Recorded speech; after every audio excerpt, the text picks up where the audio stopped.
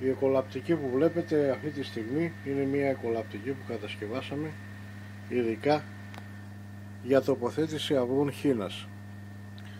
Χωρίς αυτό να σημαίνει βέβαια ότι δεν μπορεί να βγάλει και όλα τα υπόλοιπα πουλιά. Δεν υπάρχει καμία διαφορά στη μηχανή αυτή με τις προηγούμενες που είναι για αυγά κότας και άλλων τεινών. Η μόνη διαφορά είναι στο τελάρο που η σκάρα πρέπει να είναι πολύ πιο αραιή για να μπορέσει να πάρει τα αυγά της χήνας. Έτσι έχουμε μια χωρητικότητα περίπου στα 70 με 80 αυγά χήνας σε σχέση με τα 150-200 περίπου που έπαιρνε πρώτα αυγά όρνηθας. Η μηχανή αυτή βέβαια αποκλειστικά για εκείνα όπως τη φτιάξαμε εμείς. Έχουμε τοποθετήσει μέσα, από ό,τι βλέπετε εδώ πέρα, τα σιτάρια με τον ίδιο ακριβώς τρόπο όπως ήταν για τα αυγά της κότας, με το χειροκίνητο πάντα σύστημα, διότι το μοτεράκι, όπως έχουμε πει και σε προηγούμενο βίντεο, έχει ένα πολύ ακριβό κόστος και όποιος έχει τη δυνατότητα να την έχει κοντά του, καλό είναι να το αποφύγει αυτό το κόστος. Λοιπόν, η διαφορά της σκάρας τώρα να πούμε. Μέσα η σκάρα εδώ στα λούκια που τοποθετούμε τα αυγά, όπως σας είχα δείξει και σε προηγούμενο βίντεο για αυγά όρνηθας, έχει μία απόσταση μία με την άλλη γύρω στα 4 cm. Την κατασκευάζουμε λοιπόν στα 5,5 cm. Παίρνει λοιπόν 1, 2, 3, 4, 5, 6, 7, 8 θέσεις των 4 αυγών. Η μία γραμμή θα μας πάρει 4, η δεύτερη θα μας πάρει 5, 4 και 5. Οπότε πάμε γύρω στα 35-37 περίπου αυγά. Για χήνα μιλάμε, έτσι. Λοιπόν, τι άλλο μπορώ να σας πω, προκειμένου να όποιος θέλει να ασχοληθεί με την εκόλαψη, με την επόαση και την εκόλαψη αυγών χήνας, ώστε να έχει κάποια σχετική επιτυχία, λαμβάνοντας υπόψη ότι το πουλί αυτό είναι πάρα πολύ δύσκολο. Η δυσκολία του είναι μόνο και μόνο στην υγρασία. Η υγρασία λοιπόν που χρειάζεται η χήνα είναι μέχρι 90%, που ξεκινάει από την τρίτη μέρα που θα τοποθετήσουμε τα αυγά μέχρι και την ώρα που θα αρχίσουν να βγουν τα πουλιά. Από εκεί και πέρα, αν είναι δυνατόν να την αυξήσουμε την υγρασία, να την κάνουμε 100%. 100% δεν γίνεται βέβαια ποτέ, διότι πρέπει, όπως είναι εδώ πέρα που βλέπετε τα δοχεία που τοποθετούμε το νερό, να έχουμε καλύψει σχεδόν όλη τη βάση της μηχανής με νερό για να έχουμε 100%. Προσπαθούμε λοιπόν να βάλουμε όλο και περισσότερα δοχεία την ώρα που γίνεται η εκόλαψη των αυγών χήνας, ώστε να πλησιάσουμε την υγρασία στο απόλυτο 100%. Ξεκινάμε με 4 δοχεία, τα οποία διαστάσεις είναι υπολογισμένες για να έχουμε ένα 85 με 90% υγρασία, και την ώρα που θα βγουν βέβαια εδώ έχουμε ακόμα χώρο να βάλουμε άλλα 2 δοχεία. Επίσης, ένα άλλο μυστικό που είναι για να έχουμε επιτυχία στο αυγό της χήνας είναι ότι το αυγό της χήνας πρέπει να κρυώνει. Μετά τις 10 μέρες λοιπόν που θα το έχουμε βάλει στη μηχανή και θα εποάζεται, από τη 10η μέρα λοιπόν μέχρι και την ημέρα που θα βγει, περίπου 28 με 30 μέρες, τουλάχιστον μία φορά την ημέρα πρέπει να ρίχνουμε τη θερμοκρασία τουλάχιστον 101 βαθμούς Φαρενάιτ που γίνεται η επόαση, να την πάμε στους 80. Αυτό θα το επιτύχουμε μόνο ανοίγοντας την πόρτα, διότι διαφορετικά πρέπει να κάνουμε παρέμβαση στο πρόγραμμα του θερμοστάτη και αυτό θα είναι πάρα πολύ δύσκολο, και να κάνουμε κάθε μέρα αυτή την ιστορία, να απορριθμίζουμε και να ξαναρυθμίζουμε πάλι το θερμοστάτη.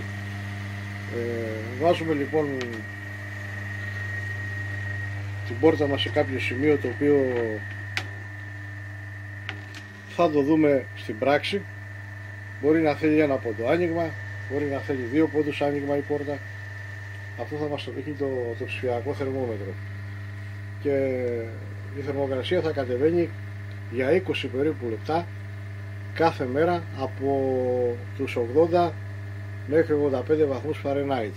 Μετά το 20 λεπτό κλείνουμε κανονικά την πόρτα πάλι και παίρνει κανονικά τις θερμοκρασίες που πρέπει στους 101 βαθμούς. Αυτό είναι ένα μυστικό, το οποίο χωρίς αυτό δεν θα έχουμε επιτυχία στη χήνα. Το κρύωμα λοιπόν των αυγών είναι. Αυτή τη στιγμή λοιπόν έχουμε τοποθετήσει και ένα δεύτερο θερμόμετρο. Το έχουμε ξανακάνει αυτό και στην ίδια μηχανή που την είχαμε κατασκευάσει για αυγά κότας. Είναι ένα θερμόμετρο Κελσίου. Είναι αυτό εδώ πέρα.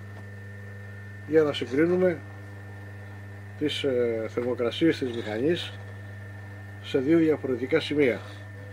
Έχουμε τοποθετήσει δηλαδή το θερμόμετρο αυτό σε διαφορετικό σημείο από ό,τι είναι το ψηφιακό αισθητήριο του θερμοστάτη. Και τώρα βέβαια έχουμε ανοίξει τη μηχανή, θα υπάρχει μια αστάθεια.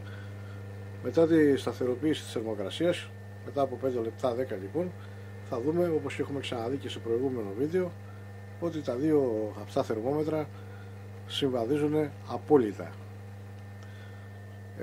Αυτό επιτυχάνεται, το έχω πει πάλι, το ξαναλέω, είναι πολύ βασικός παράγοντας για να έχει επιτυχία μια μηχανή στις τρύπες αυτές που είναι κατασκευασμένες μόνο και μόνο για να παίξουν το ρόλο του αεραγωγού.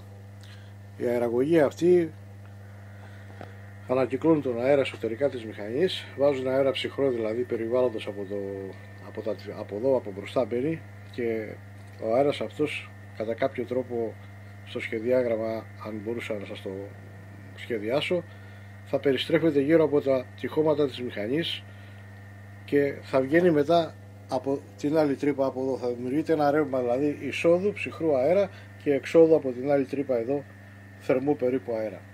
Αυτή είναι η λειτουργία της μηχανής, ώστε να αμειγνύει τον αέρα του περιβάλλοντος με τον αέρα που παράγει μέσα με την αντίστασή της. Λοιπόν, αυτή τη στιγμή εδώ πέρα πλησιάζει το ένα θερμόμετρο της 99, στους 101 Φαρενάιτ θα κόψει και το άλλο είναι στους 36 βαθμούς. Το άλλο βέβαια τώρα έχει πάει 36 και 2. Τα διαφορικά αυτά ίσως θα χτυπηθούν μετά από λίγο, θα έχουν ακριβώς την ίδια ένδειξη θερμοκρασίας και τα δύο θερμόμετρα. Σε οποιοδήποτε σημείο και αν μετακινήσουμε τον αισθητήρα, θα έχουμε μια πάρα πολύ καλή ένδειξη θερμοκρασίας χωρίς να έχουμε μεγάλες διαφορές μέσα στη μηχανή. Αυτό άλλωστε είναι και πολύ απαραίτητο για την επιτυχία της. Ήδη το άλλο θερμόμετρο έχει πάει 36,7. Η μηχανή έχει κόψει σε 101 Φαρενάιτ, έτσι είναι ρυθμισμένος ο ψηφιακός θερμοστάτης. Τα δύο αισθητήρια είναι διαμετρικά αντίθετα, το ένα απέναντι από το άλλο, καμία σχέση να είναι κοντά. Επειδή ανοίξαμε τη μηχανή τώρα βέβαια έχει χτυπήσει και ένα 10ο Φαρενάιτ, αυτό δεν γίνεται τίποτα, μετά που θα δουλέψει λίγο και θα παραμείνει κλειστή, θα κόβει συνέχεια στο 101, δεν θα μας πηγαίνει στα 102. Λοιπόν, αυτά είχα να σας πω. Αν θέλει κάποιος κάποια άλλη πληροφορία σχετικά με την επόαση και την εκόλαψη των αυγών της Κίνας, έχω αφήσει κάποιο τηλέφωνο εκεί στα βίντεο, μπορεί να με πάρει ένα τηλέφωνο και να ρωτήσει ό,τι θέλει.